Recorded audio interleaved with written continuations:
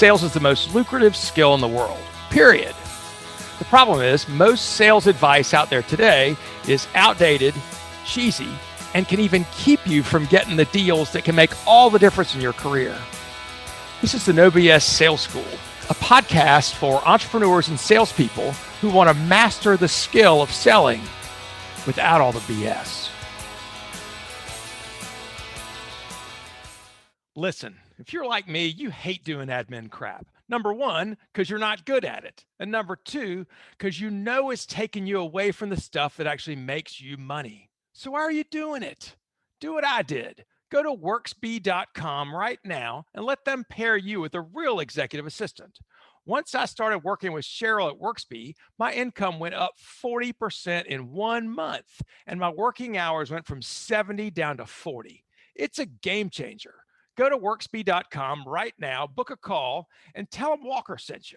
If you do, you'll get 2 extra hours of service for free as a bonus.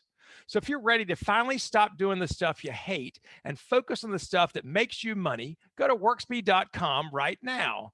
That's WORXBEE.com. Tell them Walker sent you, and you'll get those 2 free hours.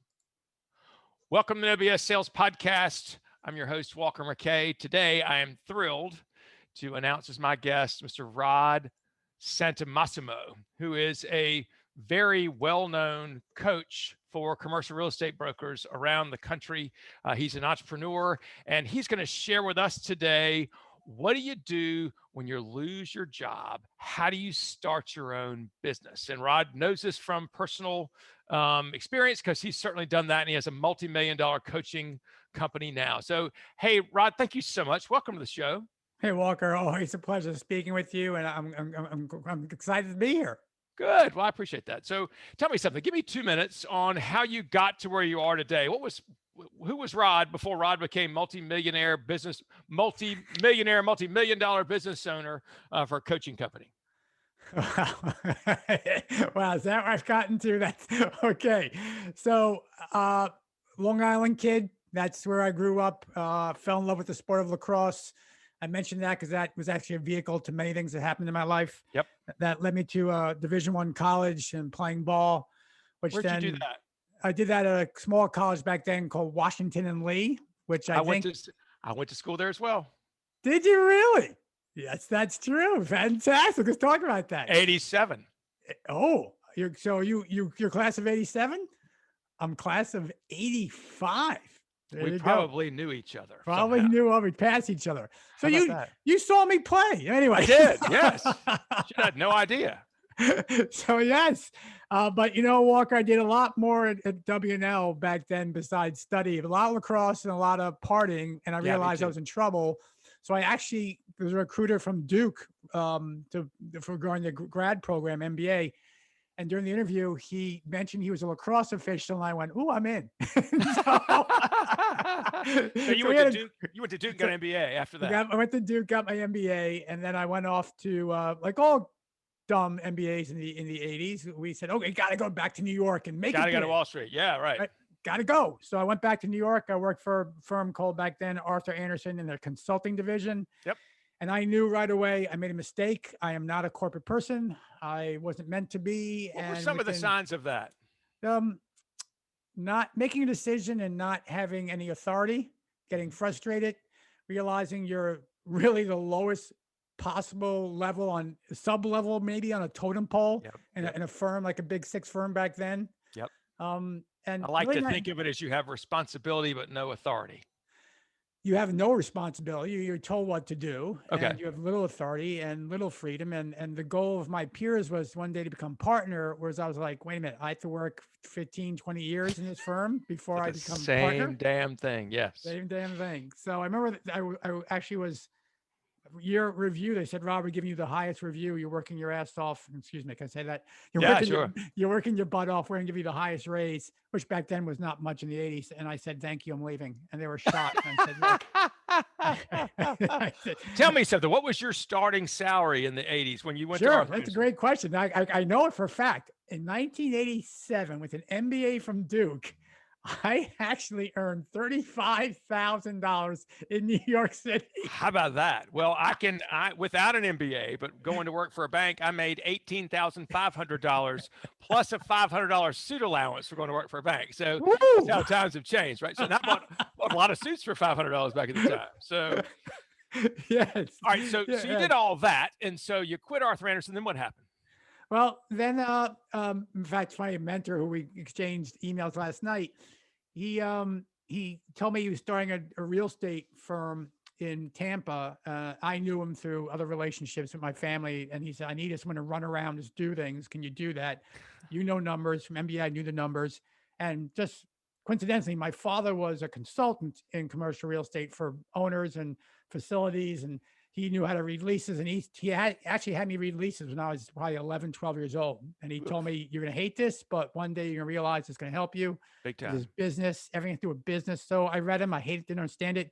But when this gentleman said I needed someone who knows numbers, I did, and knows how to deal leases, I did. He goes, Rod, you could be the good fit. So I did. I moved from New York City to Tampa, Florida. I made Like everybody else. excuse me? Like everybody else. Like, well, now like everybody's right. I made half the salary. I was making your salary. Yeah, damn, it's a 18,000, bitch. I right? know. I Yeah. made half the salary and I loved it. I just fell in love with it. And I got a little cocky. I fell in with so much within 3 years. I said, shit, I could do this. Again, I apologize. I said, heck, I could do this. Oh, you say shit. Look, we're cool here, right? Okay. I could do this. And so, like many entrepreneurs, I said, I'll do it on my own. Well, you know what? Not having all those national accounts we had with this other firm was really a problem when I started So my you own went out firm. to be you went to be a broker on your own. Is that I correct? went to be a broker of my own. Yeah, yeah. So you started your own company, the Massimo Group, at that time too. No, that was a company called JVR. It was Okay. me, my brother Vincent, my father Jim, until Jim was a silent, not so silent partner. Everybody's ever a silent partner. There's no such Yeah. thing. So we just said, hey, we're going to try it. And it was so different. And then back then, the 90s, the theme was people can relate to this, maybe stay alive to 95. Till 95. Yep. Yep. Tanked. And it didn't work out for me. I didn't, that first entrepreneurial effort, I didn't know what to do, how to do it. I didn't know anything, how to run a company, how to do sales, how to do marketing, because that was all fed to me in my prior firms. And so I failed miserably. And I took another job. But that time, that job, I got a headhunter that said, hey, we got an opportunity up in Raleigh, North Carolina. And I love North Carolina. I love Duke. I love the whole just culture, and I love the whole genre, and you can relate. And Yes. so I said, yeah, I would love the job. And I recently got married. So we came here and I worked for a developer. And then soon What were thereafter, you developing? a developer What were you developing? What were you developing? office buildings, Okay, cool. office buildings. So, Yeah. but again, it's always entrepreneurial. Once again, I wasn't the guy, and Yep. we had butted heads on how we could do things. And maybe I was a little pompous back then, who knows? And so Boy, then your another story and opportunity your came story about. and mine are very similar. This is interesting. So then alumni, my best friend actually at the time, he offered me an opportunity to be a COO of a up and coming public telecom firm, which I knew nothing about, Yeah, of course. but it was the Research Triangle Park, and that'd be fun. And so we took the ride, and then of course took the ride to the bubble burst. Took the When was company that? That was in 99, right? Or 99, 2000? 98, and 2000, and then the bubble burst. And then I was the CEO of a public company that wasn't worth anything, frankly. Wow. And then sadly, my best friend passed away tragically from brain cancer. Ugh. And so there was a time again in my life I was unemployed, no jobs, bubble burst. So I've been here before. That was the best thing. This is the third iteration of. And you're finding a married, job. no kids, married kids. Married and kids. That was the Yep. problem. Married and Yep. 2 kids. Done that. And so unemployed at that time, little kids. So an attorney who I did a real estate deal with, and my whole life is based on networking and relationships. Yep. An attorney said, Rod, why don't you come be my CFO? And I had to remind him I knew nothing about taxes or debits, Right. or debits or credits. I don't know. Yeah. I said, I'm sorry. I appreciate it. I need a job. I said, I just can't do that. I don't know what to do. And he goes, well, let's put it, I'll pay you X. I think at the time he said, I'm going to pay you $120,000. You have no job right now. So do you want the job or not? Fuck yes. Walker, I became a CFO of a law firm. I'm in. Fuck yeah. When do we start? That's exactly right. Okay, when do we start? It was. I love. Hey, I love this guy, Bill Faison. He's someone who's just he's a different cat. He is. But Is he part of Phase Development? Is that the same no, guy? not at all. Completely Okay. different. But so I helped him with the law firm running the finances, and I hated it. Every day I went to work, Yeah. it was back at being an Arthur Anderson. It was Uh, commuting, doing it, watching the clock, hoping the day when it got over. But I try to tell my kids, and Walker, you have children, correct? yes, I do. Yeah. I try to tell my kids, sometimes you got to do in life what you really truly don't want to do Yep. just to get to the next step. Yep. So people who are listening here, you may have to do something that you say, no, hell no. But your family's looking at you saying, hey, we need to survive. Yep. So I took the job, and my wife, God bless her, she knew I hated it. But we just had to do what we did. And then finally, it was 2 years later, he walked in and things had slowed down. He said, Rod, I hate to share this with you, but I think I'm going to let you go. Boy, I've been in this freaking game before. Been here before, right? Same thing. And I gave him the same exact answer. I said, thank you very much. I need to get out of here. It just was horrible. Yeah. And then just coincidentally, because of my real estate background, a real estate firm came knocking and said, hey, we're looking for someone to run a region in North Carolina. Would you be interested? I didn't have a job. I said, heck, hey, what the heck? This job we'll pay you $60,000. Yep. Right. Oh, great. I'm going from 120 to 60. This is gonna be great. But then that quickly rose. I quickly worked my butt off. I was traveling all over the country. Were you in development business or a broker business? Pure brokerage. It was a firm back then was called Sperry Van Ness, became SVN. Yeah. And I was just doing everything I could. And I went up the ranks and to the point where within 4 years, I was just in California as executive vice president, answering to Rand Sperry and Mark Van Ness. It was pretty cool. It is pretty cool. Again, how old were you? You 35 by then? Yeah, by then I was in my 30s. Yeah, but that was in my late 30s, early 40s. Yeah. Oh, by the way, I should have mentioned between these layoffs in my life, I always I did something to follow a passion. So one time I said, you know what? I was really into fitness. I still kind of am, but not as much as I was then. And I said, I need a workout watch before anyone had known what a workout watch was. And so I aligned myself with a really good buddy from the telecom firm. We were both laid off. And I said, let's build a workout watch. And we did. And then we patented it.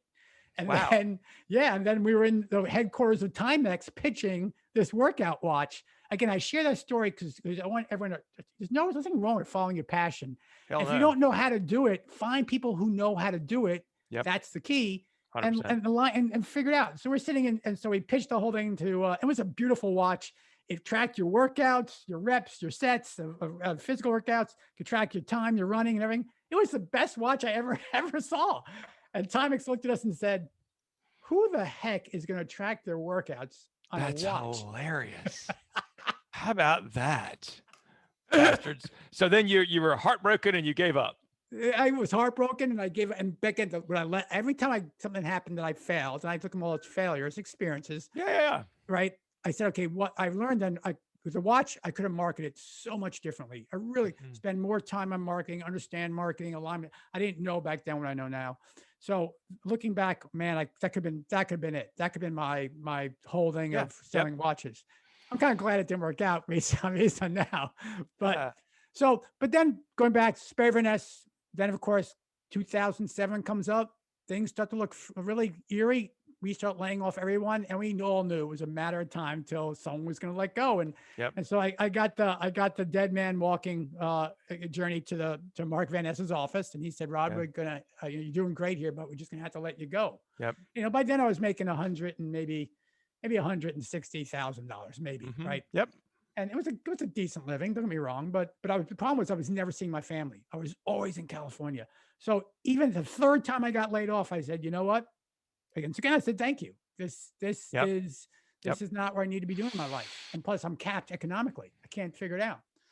So then Walker went home, looked at my kids. I think they were around 4 and 6 at the time. I'm doing for 12 years now. Take that back. They were 6 and 8, 9. So I said, I didn't know what to do. There was no jobs. It was just like now. It was just like now. There were no jobs. The market crashed. No one saw the light in the tunnel. Yes, we're all going to hell. Business was never going to be, nobody's ever going to have a job again. No one was ever going to have a job again. It was just look, the stock market dropped 58%. Did we take a hit earlier this year.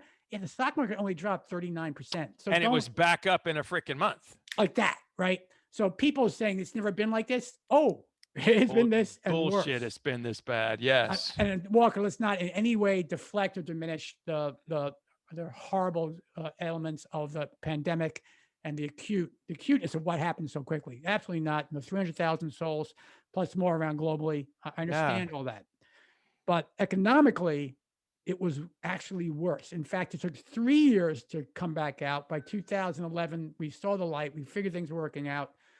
I think we're going to be out of this in less than 2 years. I really feel strongly that this is why. What? Why? Why? Because look, you say what? Why? Why do you believe that? Because first of all, it's only been 9 months, right? 9 months.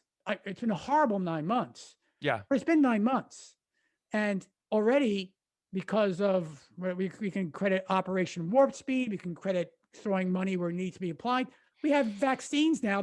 According to this this week, we have 3, I think, vaccines are about to be approved. Yep. So now, will those vaccines work?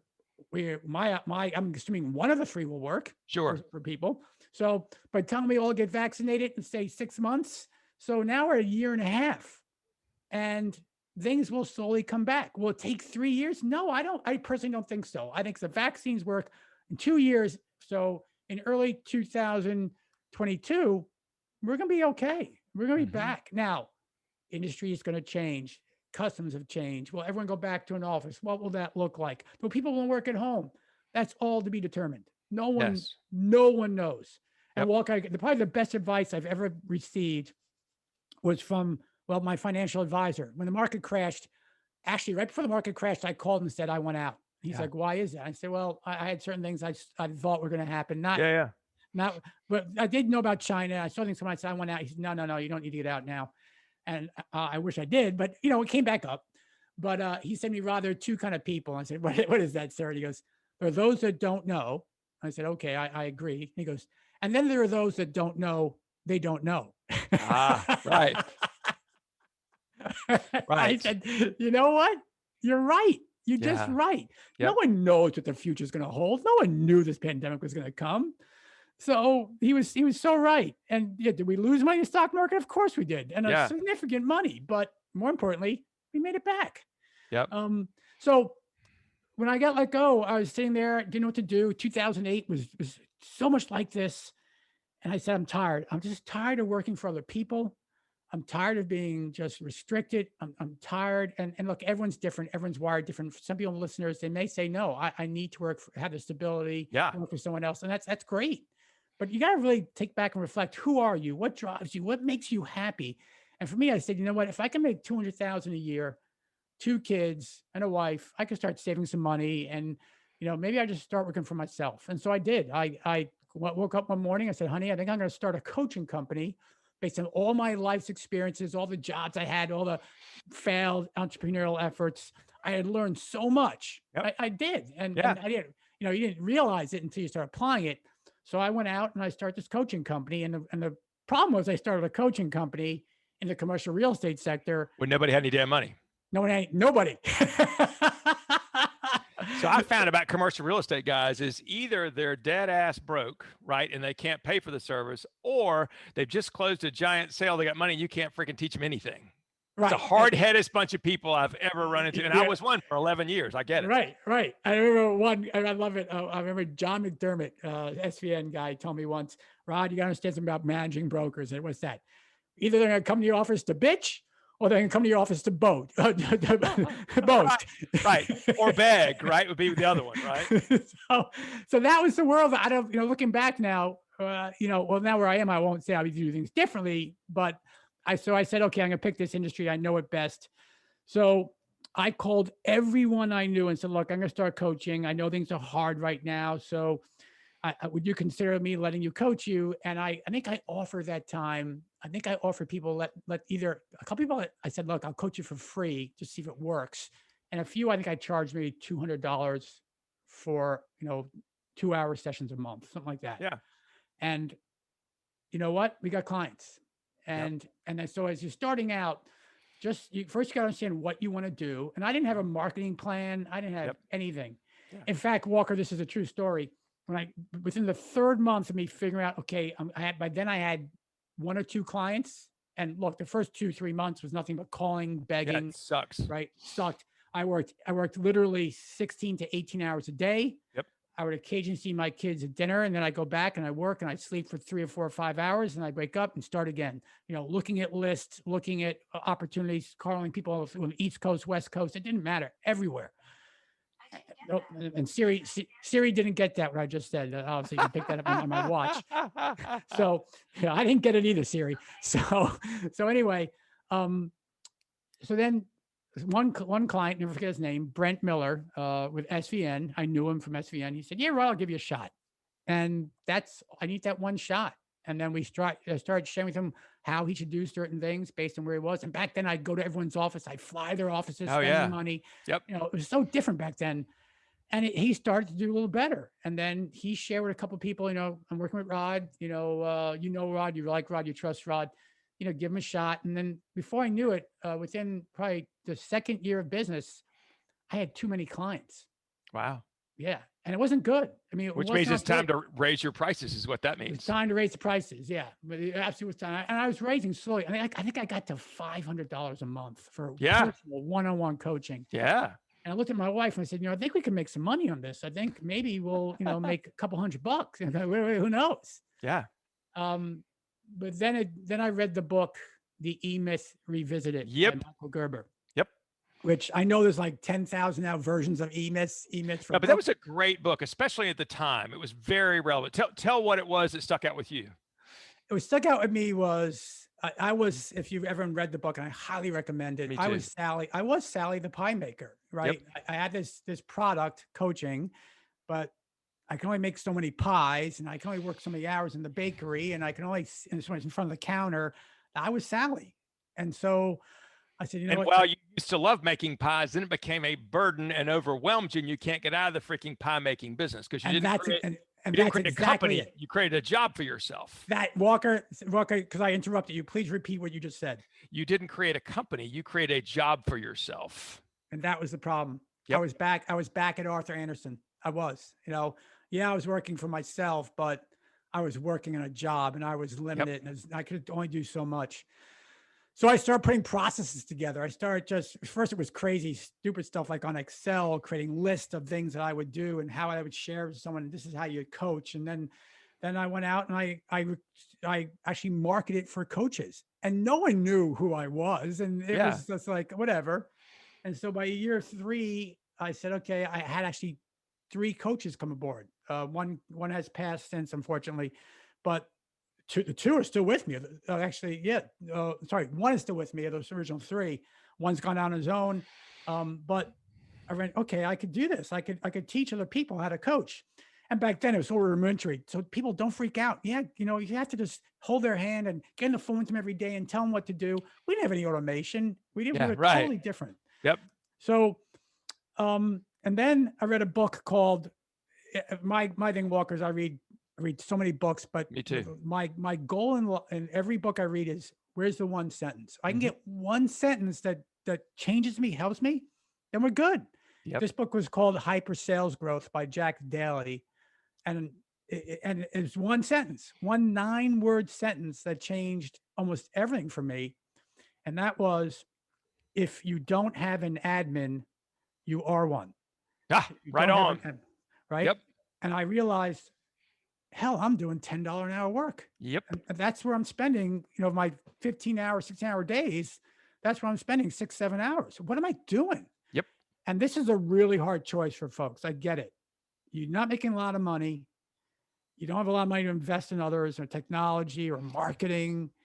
And I'm sharing with you the number one thing you could do is go out and find. Now, for me, back then, you have to hire a full-time employee or something. But actually fortunately, I found a part-time person that would work a couple hours a week. Her name was Maggie, and she just started helping me with some administrative stuff. Can I share something with you? Sure. that's the number one thing I've done to fix my business. And funny, the sponsor of this podcast is a company called Worksby. Yeah. And Worksby is they have virtual executive assistants.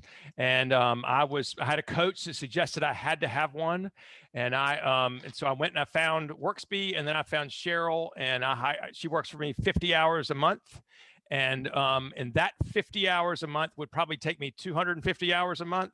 And she's doing all the shit I hate to do. And it's been the number one thing that's helped me grow my business, bar none. So you are singing my song, my friend. Walker, by the way, you got to send me that link, because we're always using virtual people now.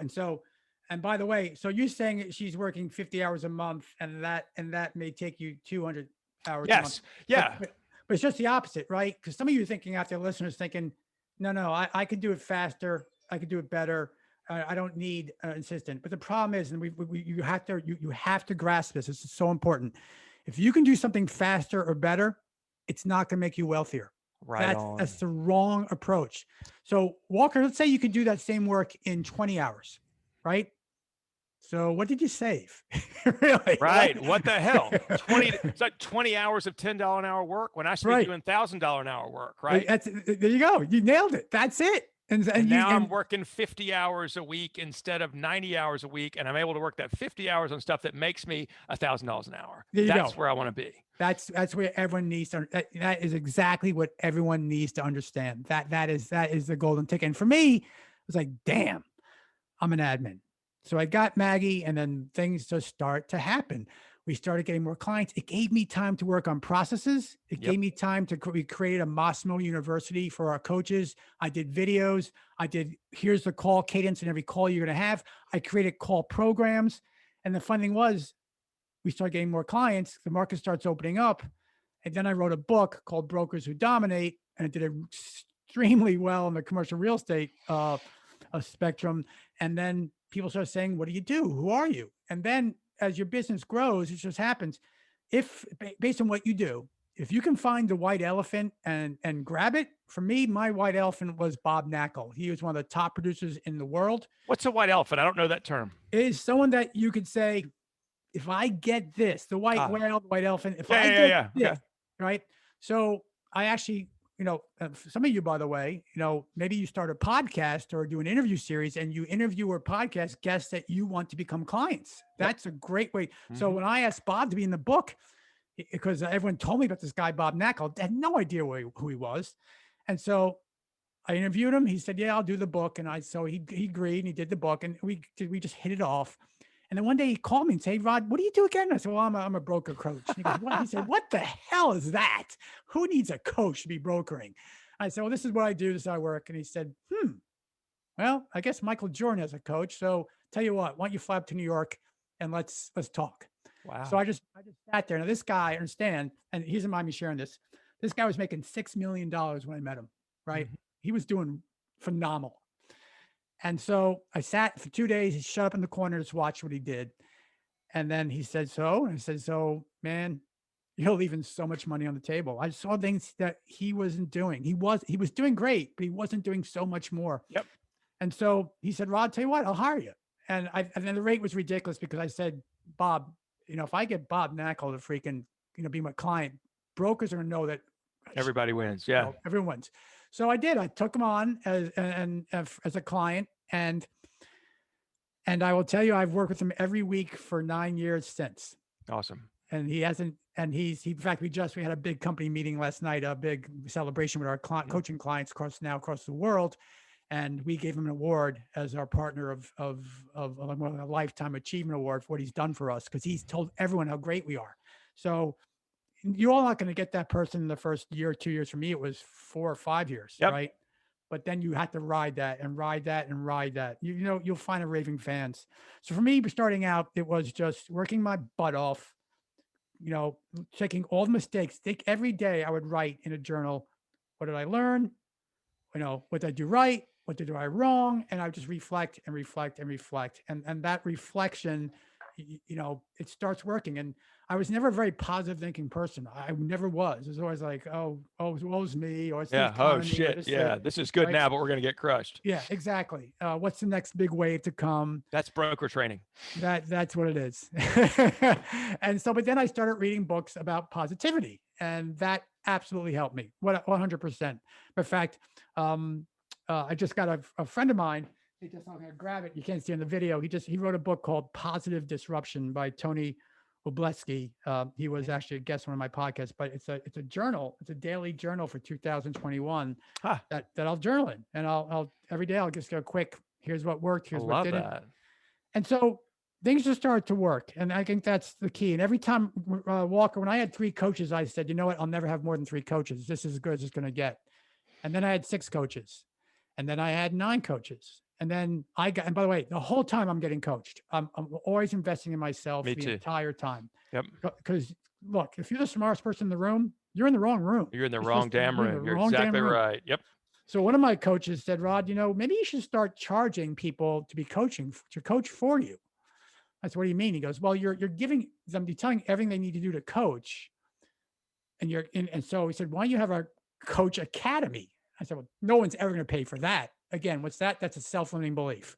Yep. No one's ever going to pay me so I could teach them how to coach, which then I'm just going to take them and put them out like a CPA firm or Arthur Anderson and say, okay, I'm going to charge you $1,000 a month. I'm going to pay my coach $200 a month, or whatever it is, right? Yeah. But lo and behold, I started charging for people who wanted to coach with us, because more and more people wanted to be coaches with the Massimo Group, and I would charge them, and not a lot. I would charge them $2,500 to come in with me for 2 days. Yep. But what it did was, it was a filter. It was a qualifier. Yep. And then if they didn't work out in those 2 days and we just didn't hit it off, I'd give them back their money and I'd say, thank you very much, but it's not going to work out.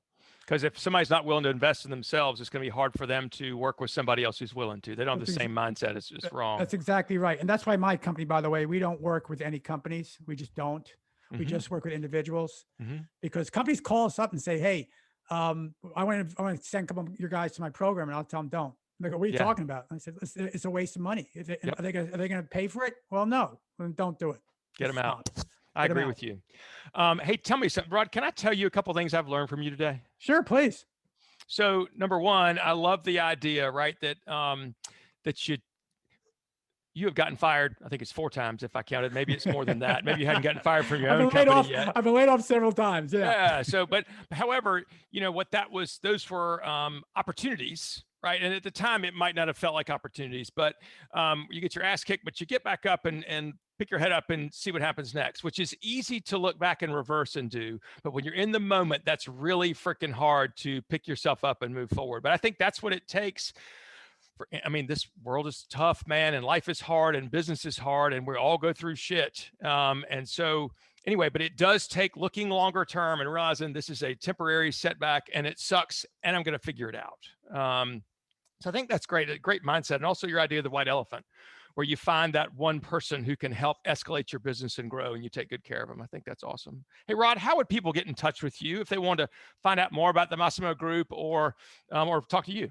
Yeah, sure. There's 2 ways, I guess, but the easiest way to make it simple is Massimo, Massimo. Yep. .coach. Yep. Or they can pick up my latest book that I'm proud to say hit #1 sales book in the country, which awesome. I'm thrilled at. And that book is called Knowing Isn't Doing. Yep. And in fact, that is a general business sales book. It's not a commercial real estate book. Yep. And that will actually lay out a lot of our methodologies to how to build a business.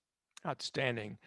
Rod, thank you so much. No BS sales team. I hope you've enjoyed today. A lot of wisdom, a lot of knowledge that Rod has shared with us, a lot of bigger picture. I know that a lot of you guys in your 20s and your 30s, men and women in your 20s and 30s, you think, gosh, this is such an important time. And it is, but just know you've got a long time to go. There's a whole lot of life, a whole lot of business to go, and it's never too late to make a change. So I've got a newsletter that goes out twice a week. If you guys want to sign up for that, go to walkermckay.com /newsletter, and you get signed up for that. You'll get good information from me every week. Also, please subscribe to this podcast, share it, comment on it. That helps me a bunch. You guys have been great about that.